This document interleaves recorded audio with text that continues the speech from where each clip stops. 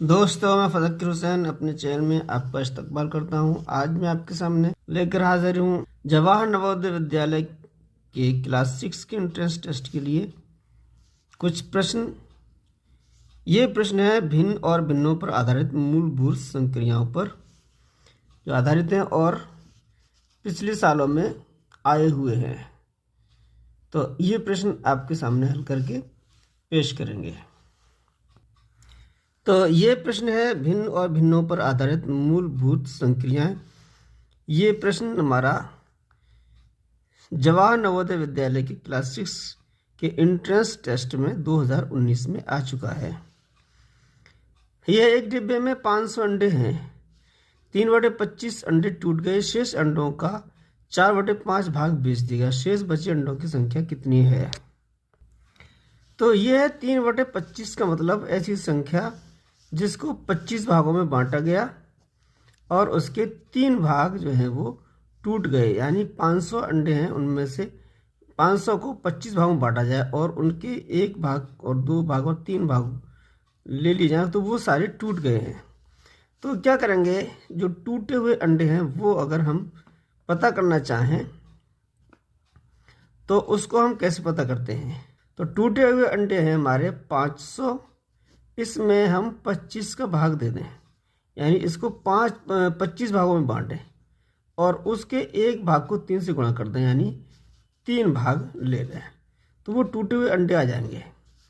25 से डिवाइड करेंगे, 25 दूनी 50 यानी 20 आ गए, यानी 20 इसको 25 जगह बांटेंगे तो और उसके 3 भाग ले लेंगे, 20 दिए 60, यानी 500 में से 60 अंडे टूट गए हैं।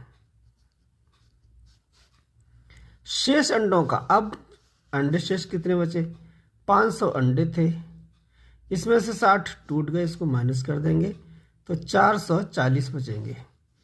इस 440 का 4/5 भाग, यानी अब इसके 5 भाग बांट दिए जाए, उनमें से 4 हिस्से ये बेच दिए तो वो कितने अंडे आए? तो बेचे हुए अंडों की संख्या निकालना है।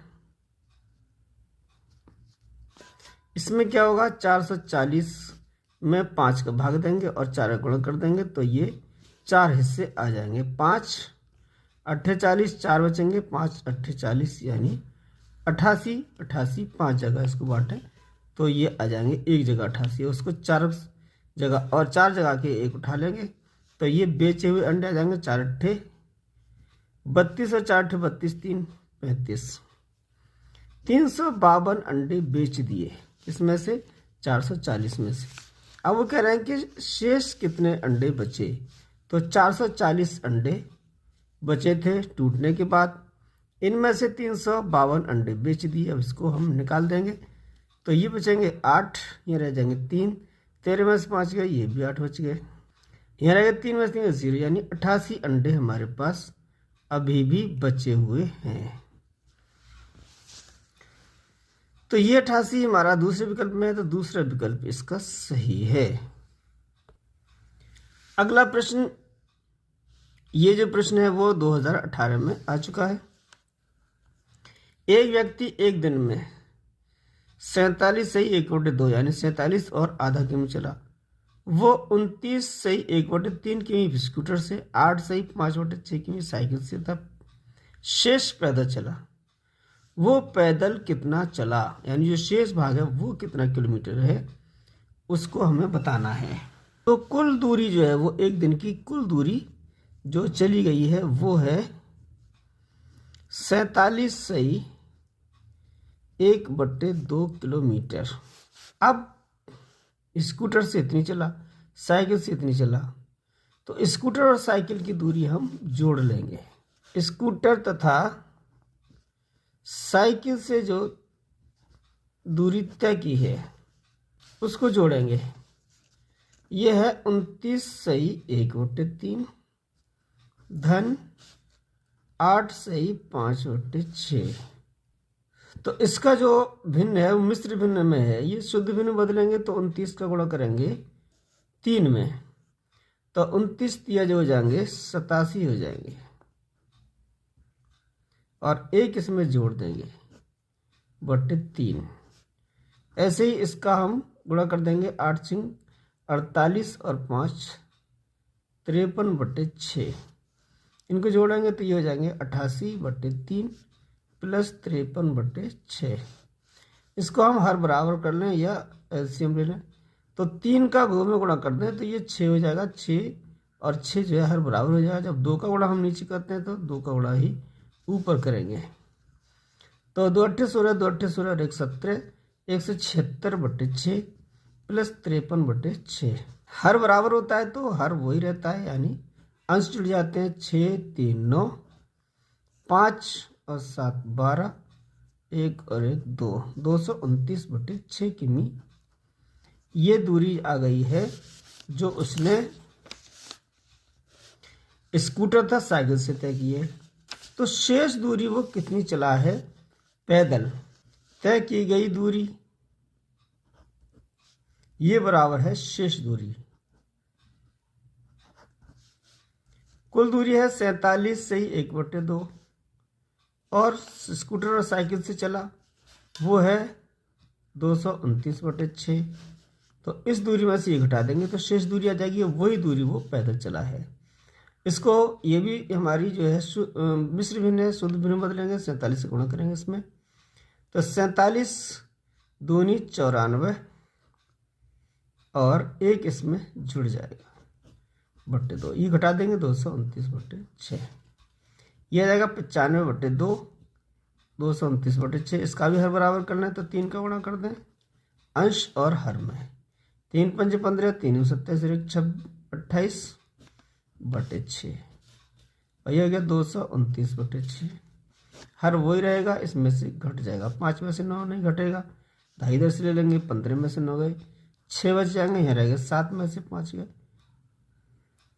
ये रह गए 7, 7 में से 2 गए, 5 बचे। ये आ जाएगा 56 बटे 6। ये हमारी शुद्ध भिन्न है और उत्तर जो है वो मिश्र भिन्न में आया है। तो मिश्र भिन्न में तो 6 का भाग देंगे, 6 का भाग कर दें 6 में 54, 9 बार पूरा पूरा चला गया, शेषफल आ गया 2 और 2 बटे के 6। 2 बटे 6 भी कट जाएगा, 9 सही 2 1 कम 2, 2 3 6, 1 बटे 3 आ जाएगा, यानी 9 सही 1 बटे 3 किलोमीटर वो शेष दूरी है। वो शेष दूरी जो है वो उसने पैदल तय की है। 9 से 1 बटे 3 किलोमीटर तीसरे विकल्प में है, तीसरा विकल्प इसका सही है। अगला प्रश्न दिया गया है, एक पानी की टंकी 2/3 भरी हुई है। यदि टंकी पूरी भरने के लिए 50 लीटर और पानी की आवश्यकता है तो टंकी की पूरी क्षमता क्या है। तो प्रश्न है कि टंकी की 2/3 भरी हुई जो टंकी है ये, इसके 2/3 यानी इसको 3 हिस्सों में बांटा जाए तो 2 हिस्से पूरे भरे हुए हैं। तो ये पूरी टंकी को 3 हिस्सों में अगर बांटे तो 1 हिस्सा ये हो गया, 1 हिस्सा ये हो गया और 1 हिस्सा ये, 3 हिस्से बराबर बराबर हमने बांट लिए। तो इसके 2 हिस्से भरे हुए, 2/3 ये हिस्सा भरा हुआ है। अब इसमें जो है पानी भरा हुआ है। यदि टंकी पूरी भरने के लिए 50 लीटर और पानी, ये जो खाली भाग है ये, इसको भरने के लिए 50 लीटर पानी की आवश्यकता होती है, यानी इस हिस्से में 50 लीटर पानी आ जाएगा। अब ये हिस्सा इस हिस्से के और इस हिस्से के, ये तीनों हिस्से ही बराबर है, 1 2 3 हिस्से। तो 50 लीटर इस हिस्से में आता है तो 50 लीटर ही इस हिस्से में आएगा, 50 लीटर ही ये इस हिस्से में आएगा। तो ये पूरी टंकी भरने के लिए ये तीनों हिस्सों के बराबर पानी की आवश्यकता होगी। 50 50 100 और 50 150 लीटर पानी इस पूरी टंकी में आ सकता है। तो यह है 150 लीटर पहले विकल्प में, पहला विकल्प इसका सही है। ये पिछला सवाल था 2017-2009 में आया हुआ था, और ये जो अगला सवाल आ रहा है ये प्रश्न भी 2016 में आ चुका है। तो ये प्रश्न है, एक पानी की टंकी जिसकी पूरी भरी होने पर धारिता 36 किलो लीटर है, अभी आधी भरी है, यानी पूरी टंकी की धारिता है, यानी पूरी टंकी में 36 किलो लीटर पानी आ सकता है। आधी भरी है, इसका मतलब उसमें 18 लीटर पानी उसमें किलो लीटर मौजूद है। यदि उसमें से 1/3 भाग पानी निकाल लिया गया और कितना पानी के लीटर में डालने पर पूरा भर जाएगा। इस प्रश्न को भी हम प्रैक्टिकली हल कर सकते हैं, यानी टंकी पूरी भरी होने पर इसमें पूरी टंकी में 36 किलो लीटर पानी आ सकता है। पूरी धारता उसकी 36 किलो लीटर है। आधी भरी है, इसका मतलब आधी भरी हुई है। इस आधी में 18 यानी 36 के आधे 18 किलो लीटर पानी इसमें मौजूद है।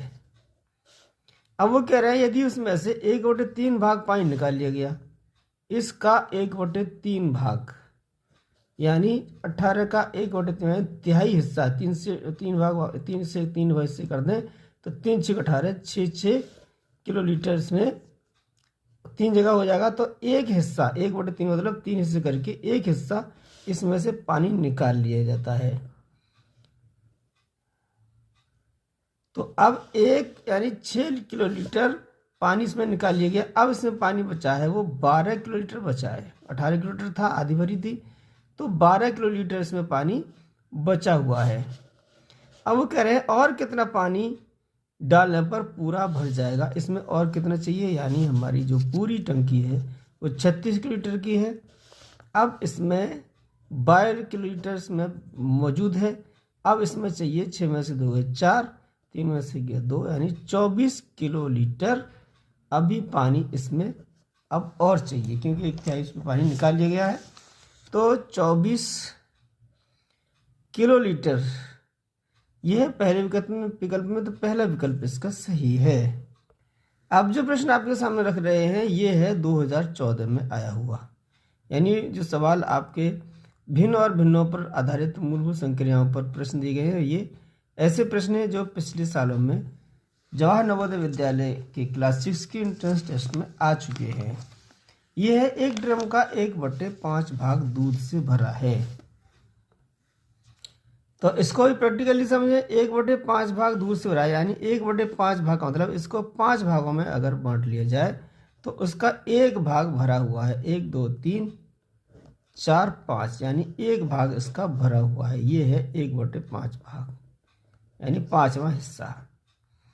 यदि इसको पूरा भरने के लिए 28 लीटर दूध और चाहिए, इसमें अब जो बचे 1 2 3 4 ये 4 भाग बचे हैं, इनको भरने के लिए हमें 28 लीटर दूध और चाहिए।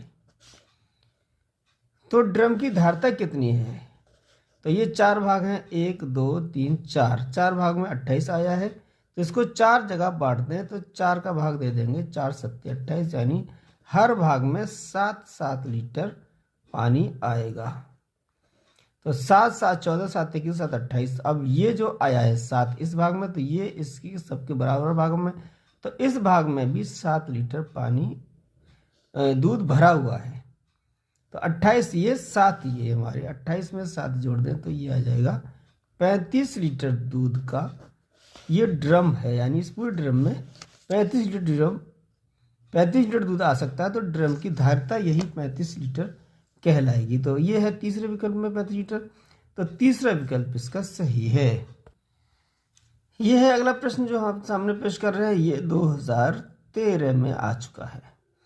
ये भी इसी तरह का है। एक ड्रम पानी से 1/3 भरा हुआ है। ये ड्रम है हमारा, वो 1/3 भरा है। 1/3 का मतलब 3 भागों और बराबर भागों में बांटा जाए तो उसका एक हिस्सा, इसको 3 भागों में बांट ले तो इसका एक हिस्सा इस वक्त इसमें भरा हुआ है। यह है पानी। यदि इसको भरने के लिए 60 लीटर और पानी की आवश्यकता है, यानी इन दोनों हिस्सों में 60 लीटर पानी और आ सकता है, तो 30 इसमें आ जाएगा और 30 इसमें आ जाएगा। अब तो ड्रम की धारिता कितनी होगी, पूरे ड्रम की धारिता कितनी होगी, पूरे ड्रम में कितना पानी आ सकता है।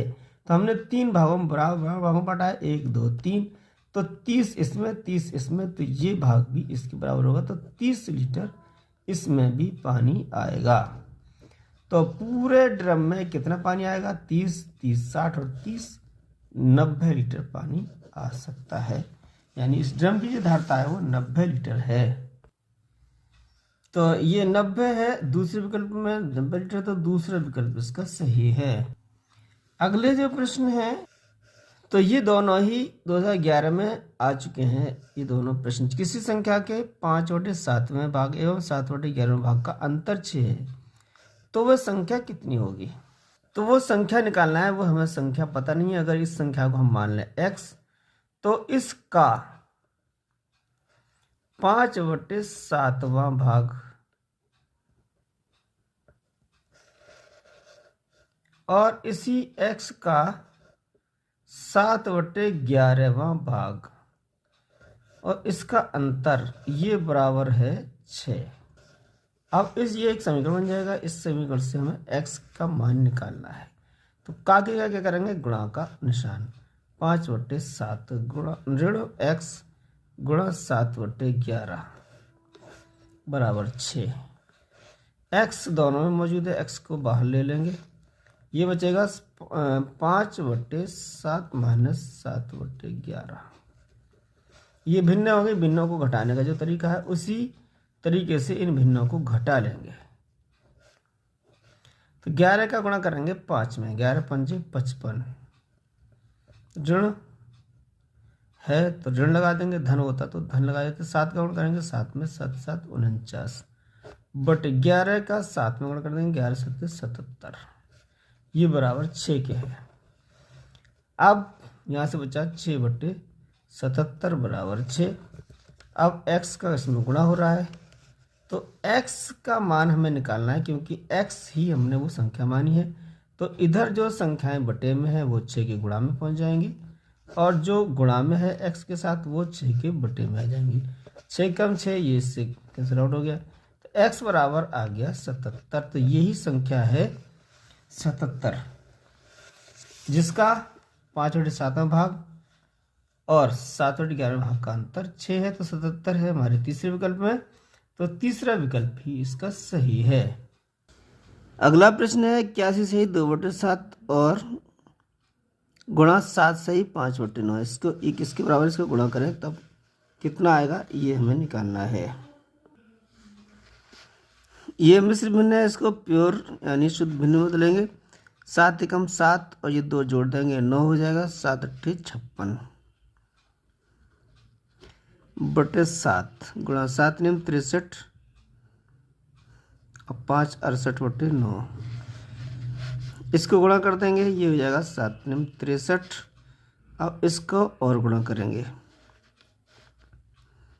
569 में 68 का गुणा कर दें। 8 नियम 72 के 2, 8 सिंह 48 और 7 55, 8 40, 5 45, 6 नियम 54, 6 सिंह 36 और 5 41, 6 पंजे 30 और 4 34, 2 9 6 और ये 8 और ये 3, ये आ गया हमारा 38,692। अब ये जो हमारे आंसर दिए वो मिश्र भिन्न में दिए तो इसको भी मिश्र भिन्न में बदल लेते हैं। तो इसमें मिश्र भिन्न बदलने के लिए 63 का हम भाग देंगे। इसमें भाग दें 6 बार चला जाएगा। 6 या 18, 6 सिंह 36 और 1 37, 16 में से 8 गए 8 बच्चे रहेगा, 7 में 7 0। 9 को यहाँ उतार लें तो एक बार इसमें चला गया है। 63 एकम 63, 6 बचा, यहाँ पर 2 बचे, 2 का फिर उतार ले लेंगे। 6 चौक 24, 4 तिया 12 के 2 और 4 छिंग 24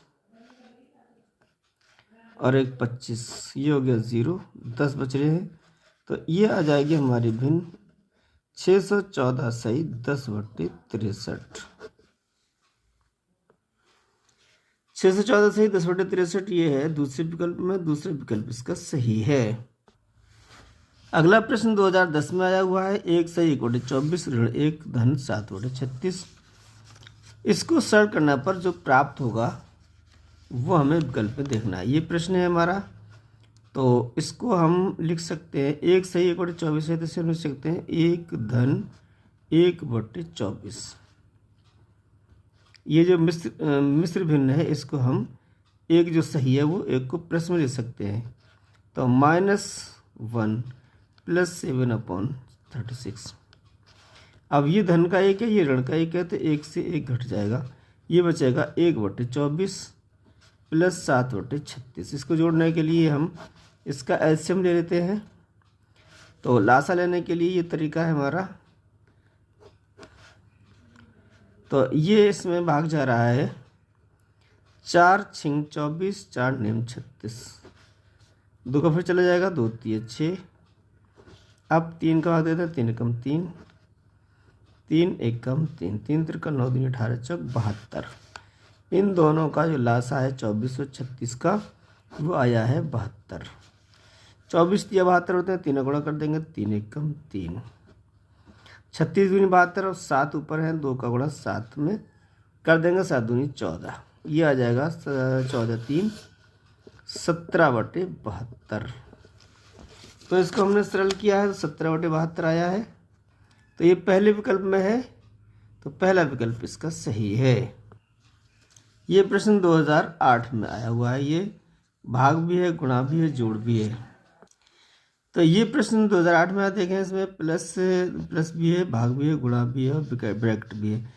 इसको हल करने पर जो परिणाम होगा वो क्या होगा? तो ये हमारा प्रश्न है। तो इसमें सबसे पहले क्या कहते हैं, बोर्ड मास लॉ लगाते हैं। तो बोर्ड मास लॉ में सबसे पहले जो काम होता है वो कोष्ठकों को हल करने का होता है। 2 कोष्ठक है इसमें, इस कोष्ठक हल करेंगे, इस कोष्ठक को हल करेंगे। तो इसमें अगर हम ये कोष्ठक है इसको हल करें तो इसमें जोड़ेंगे। जोड़ने का मतलब ये है कि इनके हर बराबर हो, या 45 हैं या 5 है, तो इसमें 9 का गुणा कर दो तो ये भी 45 हो जाएगा, और 9 का नीचे गुणा करेंगे। हर में तो अंश में भी हमें करना पड़ेगा। तो इस वाले जो कोष्ठक बाद वाला है, इसमें 36/45 को तो ऐसे ही रखा, धन ये है 16 नंबर 144 होता है बटे 45।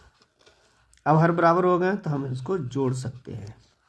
अब इधर वाले देखें, इसमें धन भी है और भाग भी है। तो धन और भाग हो तो पहले हम भाग करते हैं। तो धन वाले को ऐसे रखेंगे, 3/5 धन 1/5।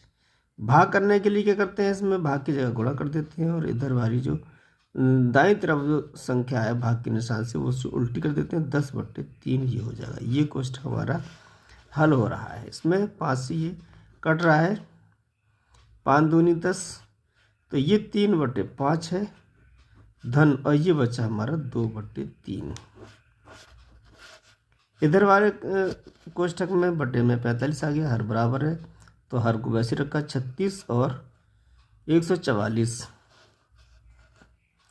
ये हमारे हो जाएंगे 0